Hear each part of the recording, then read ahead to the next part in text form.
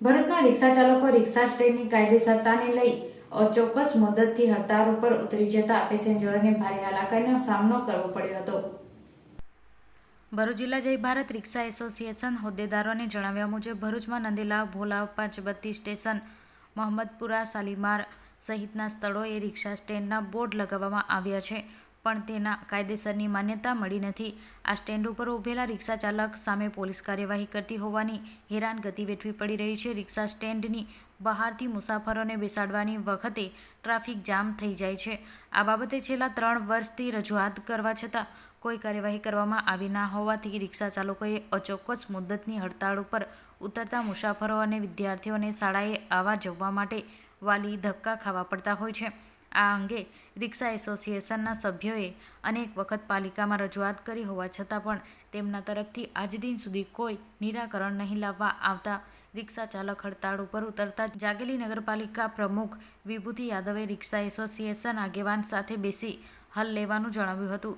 જો કે અંતે ઉલ્લેખનીય છે કે ગતરોજ રિક્ષા ચાલકોએ આ અંગે પાલિકામાં અનેક વખત રજૂઆત કરી હોવા છતાં કોઈ કાર્યવાહી ન કરવામાં આવતા આજે તેને પ્રતાપે શહેરીજનોને મુશ્કેલીઓમાં વેઠવાનો વારો આવ્યો હતો। હજી જોવું રહ્યું કે રિક્ષા એસોસિએશન અને પાલિકા વચ્ચે બેઠક બાદ શું નિરાકરણ આવે છે। અમને આજરોજ જાણવા મળ્યું છે કે રિક્ષાઓની હડતાળ કરવામાં આવી છે। રિક્ષાઓના જે પ્રમુખ છે એમને બોલાવીને નગરપાલિકામાં રૂબરૂ જે કાર્યવાહી અમારા કરવાની હશે નગરપાલિકા થ્રુ એ લોકોને બોલાવીને અમે જે ડિસિઝન લેવાનું હશે અમે વહેલી તકે લાવીશું। શું માંગણી છે? એ લોકોની માંગણી છે કે અમને રિક્ષા સ્ટેશન બનાવી આપો। એ લોકોને રૂબરૂ બોલાવીને જે રીતે અમારે નિર્ણય લેવાનો હશે નગરપાલિકા દ્વારા એ અમે જલ્દી તકે નિર્ણય લાવીશું। જય હિન્દ, જય ભારત। આજે એકવાર ભરૂચ જિલ્લાના 15,000 ચાલકોનો ઘર સંસાર અને ચૂલા ખંભી ગયા છે। નિષ્કાળજી ભરૂચ તંત્રની જે કે 3 વર્ષથી હું રજૂઆત રાખું છું કે ભરૂચ જિલ્લાના અંદર મને સ્ટેન્ડ ફાળવવામાં આવે, પણ આ તંત્રે આજ સુધી સ્ટેન્ડ આપ્યા નથી। છેલ્લા કંટાળીને અમે રિક્ષા ચાલકો આ રિક્ષાઓ બંધ કરી દીધી।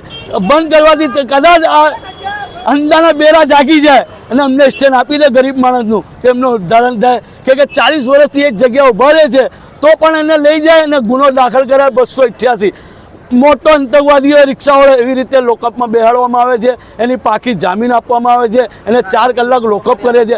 આવી રીતે ગેરવર્તાવ ભરૂચ જિલ્લામાં રિક્ષા ચાલકો પર થાય છે અને આ ખોટું છે। જ્યારે તંત્ર આટલી ટ્રાફિકની સમસ્યા છે તો ભરૂચ જિલ્લામાં સ્ટેન્ડ કેમ નથી આપતા? સિટી બસના બધી જગ્યાએ સ્ટેન્ડ મળી ગયા, ત્યાં ટ્રાફિક નથી લડતું? આ ભરૂચ ખાલી રિક્ષા ચાલકો માટે ટ્રાફિક નડે છે? અંકલેશ્વર જીઆઈડીસી એરિયો છે, ત્યાં જરૂર નથી રિક્ષા ચાલકની? હજારો માણસ અપડાઉન કરે છે રિક્ષામાં। આજે તમે જોઈ રહ્યા છો ભરૂચની જનતા હેરાન થાય છે। અમને બડો દુઃખ છે કે આ જનતા હેરાન થાય છે, પણ એમના માટે બી અમને સુવિધા રાખી છે। અમારી માન્યતા છે કે સ્કૂલ માટે બી ફ્રી રાખી દીધી અને દવાખાના માટે ફ્રી રાખી દીધી છે, અને જે ઉંમરલાયક માણસ છે એના લીધે બી ફ્રી રાખી છે। જે રિક્ષાઓ ચાલે છે એ સેવામાં છે અને તમામ રિક્ષાઓ બંધ છે।